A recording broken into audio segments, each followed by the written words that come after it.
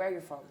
I'm from Los Angeles. I'm from Hollywood area, and I moved to New York around almost 6 years ago, but I still go, all my family still lives in LA, so I go back here and there. Why did you choose to move in New York? I actually studied in New York. I studied at NYU for photography and digital imaging, but honestly, when I moved to New York, school and NYU became so unimportant, and really my major switched from photography to majoring in New York, and so this is my city now. Really, when people started to notice me online and start to follow was me and my best friend at the time. We went to Fashion Week and we were outside Lincoln Center, and a news crew stopped us and started showing us pictures of different runway outfits from that season. And they were like pretty ridiculous runway outfits, but they were asking us to comment on them. So they showed me a picture of a dude walking down the runway that had a watermelon on his head. And at this point, we didn't know that these were fake. I'm assuming like this is an actual runway thing. So I just grabbed the mic from the guy and I was like, it's called fashion, look it up.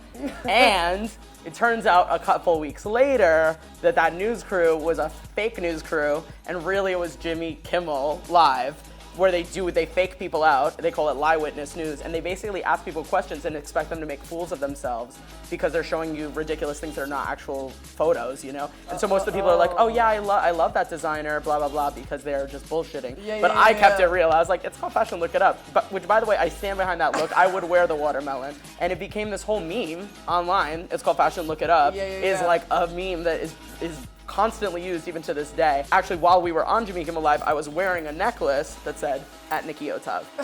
So from that moment on, everybody, henceforth, people knew where to come find me. The reason that I came up with meltdowns and mugshots is because all of the back panels of the jackets are based on like iconic pop culture imagery of every time celebrities have broken down or have had meltdowns and mugshots. So that's the name of the brand. And that's very much in the spirit of, you know, of the whole brand, is that I just love blending pop culture imagery and these sort of like faces that we know as these ideal demigods, but they're like broken moments where they fucked up like humans, you know? Like, for me, that there's something so silly and fun about that. And so they really were like the impetus for the whole entire collection, the first collection. And now I'm getting into new stuff, which is blending a lot of different iconography from all different types of pop culture, from artwork to painting to fashion to celebrity culture. It's all going to be mixed into these new pieces that are going to be called part of a collection called collage.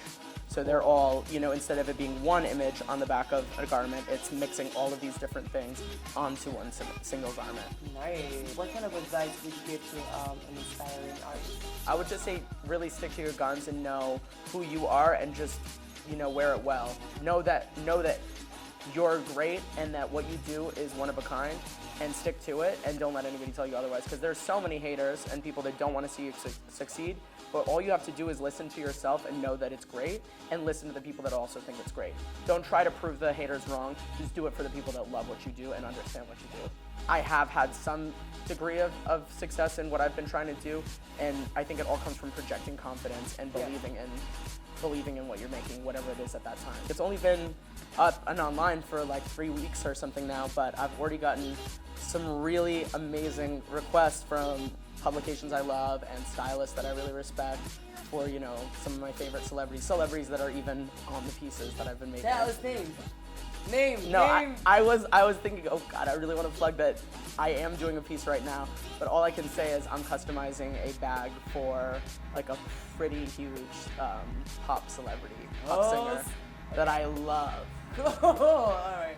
Queen of everything. Yeah? Yeah. Sometimes there's days when I just want to get the fuck out, like get me out of here. It's so much pressure, and I feel like sometimes like there's no escaping, and you know there's no way for you to just be isolated. You're always around people or in places that are too small for you to really feel like you can open up and just be yourself or be creative or just be relaxed. Yeah. But at the same time, as hard as it is, I feel like you have the most risk, but you also have the most reward, you know, if you stick through it. So I think anybody that has really like lived here for a long time can tell you it's really suffocating, but if you can make it happen and find your space in New York, or find a practice that like lets you open your mind up and get out of this isolation, this crampedness, I think it can really just be the most incredible place in the world, to be honest.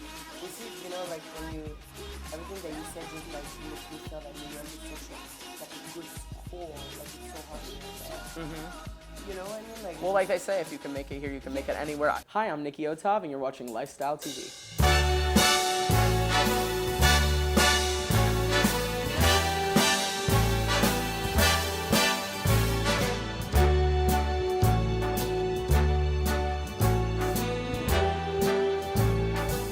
Start spreading the news.